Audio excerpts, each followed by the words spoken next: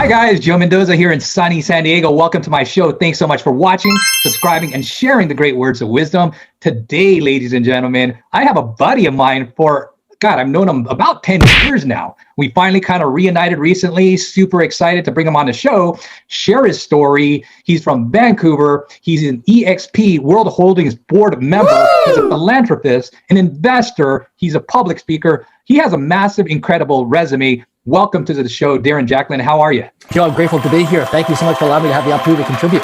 Yeah, absolutely. So for the audience who doesn't know Darren, let's take them back. Let's get some backstory on who is Darren before real estate, before this entrepreneurship, etc. So let's tell your story. Well, I was a kid that grew up in a middle-income family in a place called Swift Current, Saskatchewan, Canada, a city of less than 20,000 people in population. For those across the United States, it's actually parallel on the map to Montana. So to give you a little geographical location there. And I went to regular public school, failed grade 1 of public school, and then was misdiagnosed with a learning disability and a reading disability, and then was set back in grade 1, and then was put into special education classes. So let's take it going by there right now. Was put into special education classes. So that happened to me, was put into special education classes from grade 1 to grade 12. So I never went to regular public school. I was in the special slow learners class. And by the time I was 7 years of age, I realized, okay, school is not for me, right? I am not supposed to be here. I'm put on a drug called Ritalin. I'm in a slow learners class. So I created my first company at 7 years of age called Rent-A-Kid. And I went out and cut grass. I shoveled snow in the wintertime. I delivered newspapers 6 days a week. And by the time I was 9 years of age, I hired my best friends in my neighborhood. And by the way, these friends, I'm still to this day, we're talking 40 years later, I'm still in communication with them. We follow each other on social media. We're in each other's lives 40 years later. And so they've been through the whole journey of watching this transpire. But went through elementary, then junior high, then high school. Grade 11 was taken out of class one day by a guidance counselor and a school teacher. Sat down in the guidance counselor's office. They asked me if I graduate from high school, I probably won't graduate from grade 12. But if I do, roll the dice. What do I plan to do? And I said, I want to travel the world. I want to build companies and businesses, this thing called being an entrepreneur, which I didn't know it was called entrepreneurship back then. And they both looked at each other and they laughed and said, Darren, listen, you're a throwaway kid. Kids like you don't amount to much in life. You'll probably be dead by 20 years. Remember, these are role models. These are people in the public school system. Now, this is going back many years ago, right? But these are my mentors. These are my heroes. These are my role models telling me that I'm never going to amount to much, never go far. This is in 1989, 1990-ish, around that. And it really affected my self-worth, my self-confidence, and my direction. So after that meeting, I was just deflated, just boom, bumped right out. I just barely graduated grade 12, left, moved away from Swift Current, Saskatchewan, closer to Vancouver, Canada. And I did multiple suicide attempts to end my life. I was done. I was just walking like the living dead. I just wanted to kill myself. So I used to premeditate. People talk about visualization. I used to visualize suicide. I used to close my eyes and become obsessed and fascinated about killing myself. And I did that for about 6 months. And my final attempt, driving my car 85 miles an hour, 140 kilometers an hour towards a telephone pole. I stopped the car and I just was scared. I realized I could not kill myself that way. And so I drove my car to a nonprofit organization that was a crisis line, 24-hour crisis line. And I turned myself in. I rang the doorbell. I turned myself in. And they came out, brought me in, did some counseling, psychology work with me. And then this is back in the early 1990s. They introduced me to a program called Dale Carnegie. And then I went to a Dale Carnegie training program. From there, I went to Toastmasters International. And there I got around positive people and different people that started to mentor me and coach me. And my first speech in Toastmasters is called an icebreaker. It's a 3 to 5 minute speech where I get up and talk about myself. And I was so scared, Joe, that I actually went and pulled the fire alarm in the hotel so I could evacuate the Toastmasters meeting. And I was willing to pay. You're going to give me a criminal record, put me a night in jail, fine, I don't care. I'll pay the consequences. To me, advantages and disadvantages, benefits and drawbacks. To me, pulling the fire alarm and taking the consequences of that was so much easier than stand up for a room and embarrassing myself in public speaking and screwing up and being told I'm stupid. Look at that loser, look at that clown, look at that retard, all that stuff that I grew up as a kid in school, that humiliation. And so what happened was the alarm went off, but it was an internal alarm. And the maintenance person just came down, reset the alarm, and the Toastmasters meeting went on. Well, what happened was there was a lady named Sue Urquhart in that Toastmasters group who took a liking to me, took a notice to me. And during one of the meetings, she was our general evaluator. She said, I believe that this Toastmasters group has a chance to mentor and coach and train, develop Darren to become a world-class speaker. Well, she planted a seed in me because she believed more in me than I believed in myself. And that was in January of 1995. And in June of 1995, I created a corporate training business. And between 1995 and the year 2000, I made over 100,000 cold calls, sometimes 3 to 5 months behind on paying my phone bills because I had outrageous phone bills, but I was making cold calls out of the phone books, cold calls for corporate training to sell my corporate training services.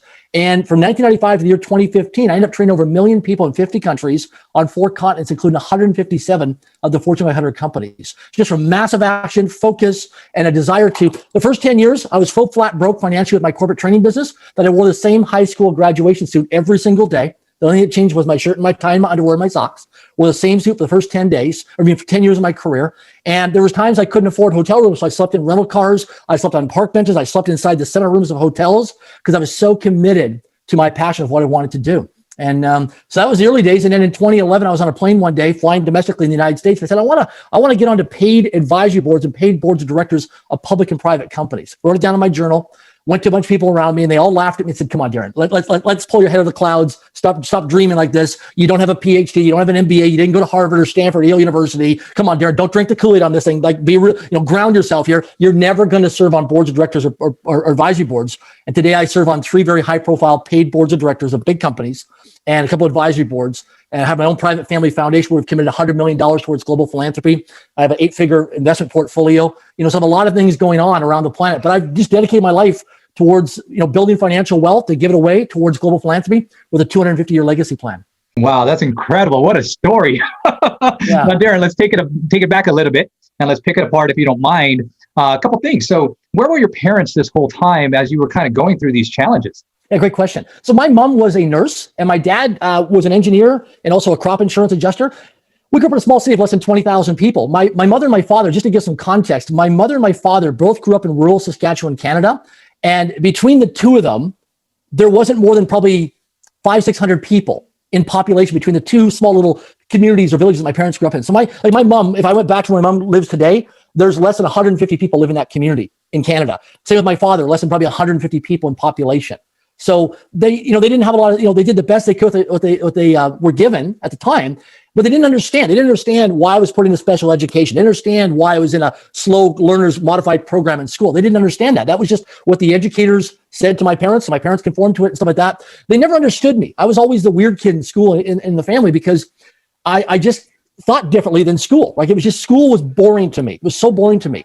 And what I liked to go out and do things like, I have a master plan for my life. This is to 100 years. Nice. Like, nobody sits down and plans out their life, but that's what I've always done in my life. Nice. And so my parents were always there. They always supported me, but they couldn't understand me because I was different than every other kid. Right. Now, where did you get the entrepreneurial bug, or like hey, I'm going after it and get my hustle on? Where did that bug come from? I would say not being good enough, not being smart enough, being labeled you're stupid, being labeled you're retarded, being discarded, being a throwaway kid. So it affected my identity. And I think at age 7, when I started going out and knocking on doors, because I realized that anything I want in my life is going to come from strangers. Strangers, everything I want, everything I need, everything I desire in my life, everything's going to come from strangers. And so if I want a new bicycle, I would just go knock on doors, find a way to solve a problem, find a way to be in service by cutting grass, shoveling sidewalks in the wintertime, raking leaves, painting fences, moving garbage or recycling around. And by doing that, I would be paid financial compensation in return as a fair means of exchange. Then I would take that money, go down to the retail department store, meet with the store manager, give them $10 or $20, put a deposit down on a layaway towards buying that bike. And then I saw that target of, hey, in the next couple of weeks, if I keep working, I'm going to keep paying down that debt on that bike. And then within a few weeks, I'll own that bicycle. And that's what I did. And I was just very proactive in that area. And then it became a dopamine fix for me. I guess looking back on it, I got so excited as a kid, wanting to be in service to make a difference, but also solving problems. Like, I never grew up, my parents were government workers. I never grew up in an entrepreneur family. I grew up in a middle income family. Everybody lived paycheck to paycheck in my neighborhood. We didn't have wealth in our neighborhood. Everybody was paycheck to paycheck employees. And so I didn't have the role model. So a lot of my stuff, and that's why I guess in my life now, when I train people, I do things, I'm very practical versus conceptual, because I know what it's like to be labeled retarded. I know what it's like to be the dumbest kid in school and dumbest kid in classes. So I'm able to structure and train people on systems and strategies and daily habits and daily routines, because I come from nothing, absolutely nothing. I started from nothing to where I built today. And so I didn't have a college university degree. I didn't come from the right side of the tracks or wealthy family or parents. People didn't open up doors for me. I didn't belong to a country club or any of that kind of stuff. I was just a guy who just outworked people, and I hustled and I grinded, and whatever I lacked in skills, I make up in numbers. That's all I do. That's one of the secrets. Whatever I lack in skill, I make it up in numbers. That's awesome. I had another guest on the show who dealt with the same issue. Now, as an adult, fast forward, do you have some of these challenges now? How do you cope with them, et cetera, et cetera? Yeah, great question. So to keep me focused, I have every Sunday, I have it's actually in my other room here right now, my other office. I have a weekly plan. So I follow just like a flight plan of an airline pilot. I have a weekly plan. So I metric everything that I do from Sunday to Saturday each week. Otherwise, I chase shiny objects and get distracted. So I follow a plan and then I just check and I metric. And then, so I do that. It's non-negotiable. I follow my calendar. If it's not scheduled into my life, if it's not scheduled into my calendar, it does not exist in my life. So I live by my calendar. I time block things. So in terms of health and fitness, I time block things. In terms of wealth building activities, I time block it. In terms of passive income planning, I time block it. In terms of philanthropy, humanitarian stuff, I time block it. And I color code things. So I follow a very structured calendar to protect my time, but also qualify my time. I do that. So like this interview with you today is that there's a book called The 5 Love Languages by Dr. Gary Chapman. And so my number one love language is acts of service. Number 2 for me is words of affirmation. 3 is quality time. 4 is gifts. 5 is physical touch. So this fulfills my top 3 hierarchy of values. That's why I'll interview with you, because I want to serve humanity because of acts of service. And then people follow up and say, hey, what you shared with me was practical information. I applied it. I've used it. And this is the results, which then is words of affirmations for me. That's awesome. That's awesome, Darren. Now let's fast forward to your career now as a board member of multiple boards. People hear about this concept. There's actually another guru out there that's also talking about being a board member. How is that transition from nobody to somebody? I mean, is it hanging around the right country club? Is it going through the list of names and cold calling? How do you actually make that happen into reality? Great question. So I became obsessed with studying advisory boards and boards of directors. So I made lists. Like you see behind me, I have a flip chart. And I'm old school. Like I like technology, but I'm still old school the way I think with using paper and flip charts and writing things down. I like that way. It works best for me. Some people prefer technology. I still like writing things down by hand. So what I did is I went on a 2-year deep dive into studying people in terms of best practices, most influential and best in class of men and women throughout North America internationally that were very well respected and very well admired in terms of advisory boards and boards of directors. And I started to study their behavior, their personality style. I started to understand what they do. All these things I started to understand. So I understood in terms of an advisory board of directors. Then I understood, okay, what do they do in advisory board meetings? What do they do in board of directors meetings? You know, what's the benefits and drawbacks of being an advisory board of directors? You know, what kind of people are you going to work with professionally on terms of teams? Like, what's the interview process? So I did a deep study, a deep dive over 2 years. And I just immersed myself in focused, concentrated actions and effort to understand it. Then I started talking to people saying, I'm going to serve on advisory boards and boards of directors, because one of the things that people don't understand a lot of times is as human beings, all we are is a network of conversations. Anything we want in our life is going to come from strangers, but we have to make a promise. So I would make a promise, which is basically like setting a goal, is I promise to serve on one board of directors this year or one advisory board this year. Then I just go out and start having conversations with people, and I start making promises and I start making requests. The promise is I promise to be on a paid advisory board this year. Then I start making requests to people saying, hey, I want to be on a paid, what are you up to, Darren? Hey, I'm working right now towards being on 2 paid advisory boards this year, 2 paid boards of directors this year. And then, company, and that's how it all got started in the early days. But I, first of all, studied the industry and then studied who was in the industry and then what were the best practices and then what were the roles and responsibilities and the fiduciary duties. So I was very intimate with understanding the industry, but also understand the rewards and the consequences and what's important to be doing that. That's great. Now, I've been on multiple nonprofit boards, advisory boards. What's the biggest difference between a profit versus nonprofit? Yeah, so you pay for what you get. Your talent pool is much different. It's easy to bring people onto a volunteer board.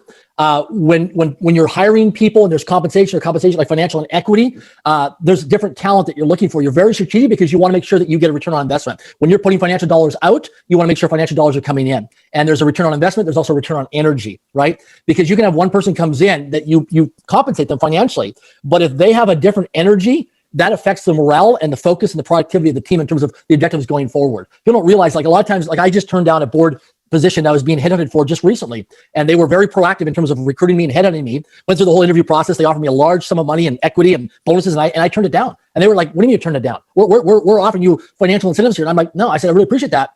There was no life energy in these people. These people were transactional versus relational. They didn't care about people. They cared about the bottom line, P&L, profit and loss statement. They could care less. It was strictly transactional. And to me, to this board, I was a number. I wasn't who they could care less about me. It was strictly a transactional thing. And I'm like, you know what? We're in the relationship business. We're in the people business, about the heart and the integrity of working with people. And that's the key thing. So to me, I turned it down and I said no. And they were surprised because most people wouldn't turn it down. But to me, it's about integrity, because without integrity, nothing works. And also, time will promote you or time will expose you. It's just a matter of time. And I like to get promoted, not get exposed. And so if I compromise my values, I compromise my integrity, over a period of time, I'll get exposed versus promoted. That's awesome, Darren. Now, I have a fond liking to one of the boards that you're involved in. Tell us a little bit about how you connected with EXP. A great question. Yeah. Interesting. Back in 2013, a prominent family here in Canada that I've known for about 30 years now. We were very active with each other in the 1990s and still to this day keep in communication. The family was looking at investing into EXP. At the time, back in 2013, when I looked at the company, there was a little over 100 people in the entire company and not much happening because, in 2008 and 2009, we saw what happened with the global real estate markets and the impact on the global economy. Well, EXP World Holdings, EXP Realty was started in 2009 by an incredible genius, Glenn Sanford. He's an incredible human being that I recommend people follow. This guy is like a Wayne Gretzky in ice hockey. He knows where the hockey puck is going to be before the hockey puck is there. He's already skating to the puck before the rest of the team's even going down the ice. Incredible visionary guy. So I got a phone call one day from this family, and they said, "Hey, we're looking at doing an investment into this startup company. Don't really understand the business model. We believe in the entrepreneur. Would you be willing to fly back and be part of our due diligence team?" So proximity is power. This is a high net worth family. I thought, wow, I want to be around them because I want to learn what they do in terms of daily habits and daily routines. They think differently, right, than the masses of the population do in terms of their structure, their mindset.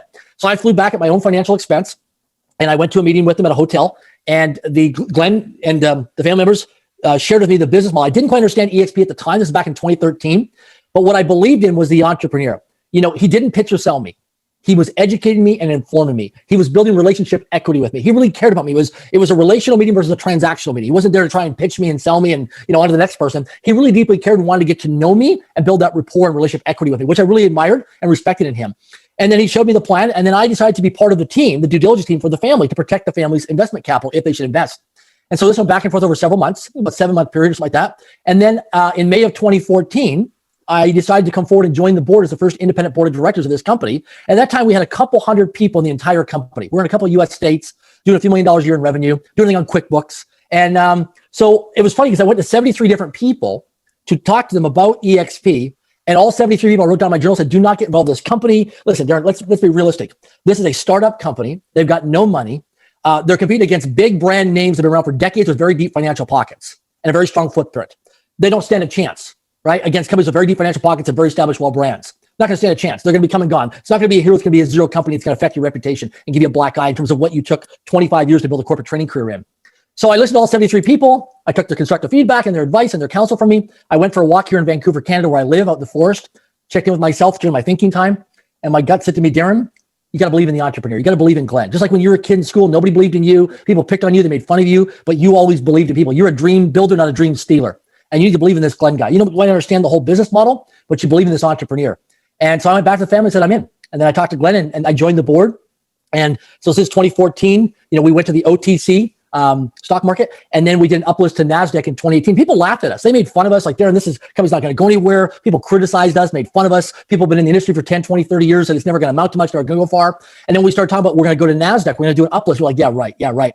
So I've been to NASDAQ now twice to ring the closing bell. Our first day of trading, we did over $1 billion market cap.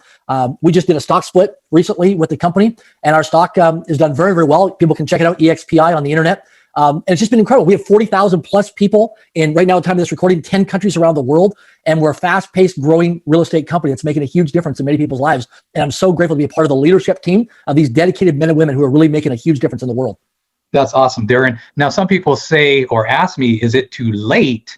What are your thoughts around that? Well, it's interesting. So we're at 40,000 plus people right now. Michael Valdez, who's based in New York City, who works on our global expansion for opening up different countries, he's publicly stated in some podcasts that we're going to grow to 1 million licensed agents around the world over the next 10 years. So we're at about 44,000, 45,000 agents right now, roughly. It's growing every week. But I think there's a tremendous amount of opportunity because we're just getting started. But also, too, you understand, we have a baby boomer population in North America. We have an aging population of men and women. And if you look at a lot of the real estate agents today, and a lot of real estate agents in the United States and Canada, primarily on this continent, these men and women are 50 plus years of age that are aging over the next 10 years. So they're transitioning towards their exit strategy. We have a lot of young men and women that are coming into the industry now, wanting to get their licensed real estate agency. And the key thing is they don't want to work out of a bricks and mortar. They want to have a laptop lifestyle. They want to be location dependent. They don't want to be told what to do, and they want to be virtual living life on their own terms. And so this business model is unique for them because they get it right away. It's the older generation, guys have been around for 10, 20, 30 years thinking, I got to have an office. Well, today with COVID-19 and this global pandemic, it's actually a risk. It's actually a financial risk to actually own a bricks and mortar.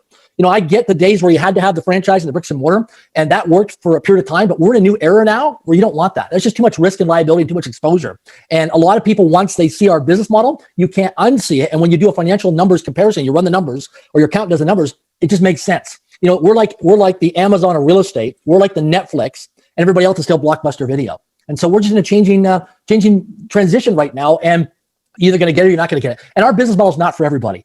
I'm always up for people. It's not for everybody, but for somebody who sees it, who wants to be a go-giver, somebody who has ethics and integral, and somebody who really wants to do things right and make a difference, wants to go through the discovery process and the due diligence process, and they go through that, and they're comfortable with checking all the boxes for themselves and their family in terms of how they want to live their lifestyle. It's a rewarding career if they put the time and effort into it.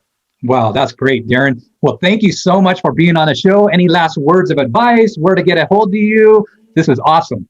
I think a couple things. One is some practical takeaways. One is always remember this. If it's not in your calendar, if it's not scheduled in your calendar, it does not exist in your life. So anything right now that you want to do personally, professionally in your life, if you don't put into your calendar, bring into existence reminders, it's not going to happen. It's just a fantasy, it's just a wishful thinking. Another thing is two questions that drastically changed my life and changed the results of my life. Is that for every question that we don't ask, the answer is always no. And children are always making requests, right? They're always asking. And what I encourage adults to do, if they want to accelerate their performance or productivity and results in life, is take away these two questions. Question number one is, where am I not requesting in my life? And just do an audit. Just take a look around your life, personally, professionally, ask yourself, where am I not requesting? So what's creating stress? What's creating frustration? What's creating the pain in your life? What are things you're procrastinating on? What are things that you're indecisive about? What are things that you're not getting done? Where are you not making requests? So question number one, where are you not requesting for referrals, recommendations, endorsements, people to join your team? So where are you not requesting? That's question number one. Question number two is, who do you become when you don't make requests? Now think about that for a moment. Who do I become as a human being when I'm not making requests? You're contracting. You're playing really, really small in your life. You're not playing a big game. I'll give you an example. In June of 2021, so after 25 years, I've been approached by over 300 book publishers from around the world to write a book. I said no to all of them. I had no interest. All right, because I had limiting beliefs in my mindset about writing a book, all that stuff. So I hired a book writing team, ghostwriting team. And in June of 2021, we're coming out with a book called Until I Become. So check this out. So a couple of weeks ago on my social media, I put out that we're going to pre-sell 5,000 copies of Until I Become book. My gosh, did I ever get attacked? I got attacked, private messages, phone calls, text messages, emails from all these people that have known me for years saying, Darren, why would you put that on social media? 5,000 copies. Are you freaking crazy? I'm like, what do you mean? Because to me, I'm thinking I'm playing a big game because I've never done this before. This is all new experience for me. So I'm like shooting way out there, right? 5,000 copies because I want to serve humanity and love all over people. So people come back and I'm like, okay, so what do you think? Like they want me to promise up, right? I'm like, okay, so I'm going to promise up from 5,000 to what? They go 35,000. I said, what? In 6 months, you want me to pre-sell 35,000 copies Until I Become? Yep. So okay, fine. I'm freaking scared. I put it out there. I get feedback from a lot of people. Darren, you're playing way too small in your life. Why? Because you're not making enough requests. There's lots of people around the world. You've made a huge contribution to many people's lives. Start just making requests out there and playing the contribution game, just requesting from people. I said, so what do I promise up to? They go 50,000. I'm like, wow. So now I'm out of my comfort zone. Now I'm in my learning zone. So here I'm thinking I'm playing a really big game. And why I share this with people is in our lives, Joe, other people watching this, you think you're playing. It paused. So with me, with 50,000 copies from January to June of 2021, that's a big game. Like I'm promising up there, I'm leveling up. And what I really discovered in this process of building teams to create teamwork is in our life, we think we're playing a really big game. But yet our kids think we're selling out, we're playing really, really small. Our spouses, our partners think we're playing really, really small. So we go out there and think, oh yeah, I'm playing a really big game in my life. But when we take inventory of the people around us and we get feedback from people, honest feedback, you'd be surprised that people who love and care about you are going to say, you know what, Joe, you think you're really playing a big game? You're playing way too small. And that was phenomenal feedback because here I thought going out there and serving 5,000 people was a really big game of something I've never done before. And now people come back and say, Darren, you got to promise up. You're playing way too small. It's going to be 50,000. So I'm like, wow, how do I do that? And they go, this is where you collaborate with like-minded people. So when you don't know how to do something, get into conversation and communication and collaboration with other like-minded people, either virtually or in person, and start to collaborate and work out the challenge of the problem, either on paper or through collaborating with like-minded people. And now I'm getting all this input and feedback and people sharing and connecting. And results like, then, Darren, you're not doing this by yourself as a lone ranger. We're in it to win it together collectively as a team. We got your back. And it's a powerful experience. So I just share with people, if you want to play a bigger game, stop pretending that you're a team player when in fact you're doing life by yourself. And just share with people what you're really up to and authentically communicate and vulnerably communicate to them like, hey man, I'm excited, but I'm also scared. And just be vulnerable with that. And people will resonate with that because they'll feel your heart, they'll feel your energy, and people will want to contribute. Because the key thing is allow people to contribute to your life. See, most people, they walk around, they like helping people, but they're not open to receiving. That's a big, big thing. It's open to receiving and allow people to contribute to your life because it makes them feel good as well. That's awesome. And what are you up to and how to get a hold of you? Yeah, so you can get a hold of me through DarrenJacklin.com. Just Google my name, Darren Jacklin. If you want to check out what we're doing with global philanthropy, maybe you want to come on a humanitarian trip sometime. In 2022, we'll be doing humanitarian trips through Link Foundation. You can always go to DarrenJacklin.com or go to Link, which is ly2nk.org, link.org, which is our website. You can see all the stuff we're doing around the world in terms of global philanthropy. You are the man. It's been an honor interviewing you, calling you my friend. Absolutely. And we wish you well, Darren. Yeah, I'm grateful to be here. Thank you for allowing me this time to contribute and to inspire people that, hey, where I come from with my backstory, no matter what you're dealing with right now, no matter what your backstory is, this year, take your backstory and turn it into your comeback story. So if you got really impacted by the COVID-19 and the global pandemic, this is your year for your comeback story. People get over the backstory. They want to know if you fall down, do you get back up and make it a comeback story? And that's the getting it. Start writing your comeback story. You're the man. Thank you so much, Darren. Thanks, Joe.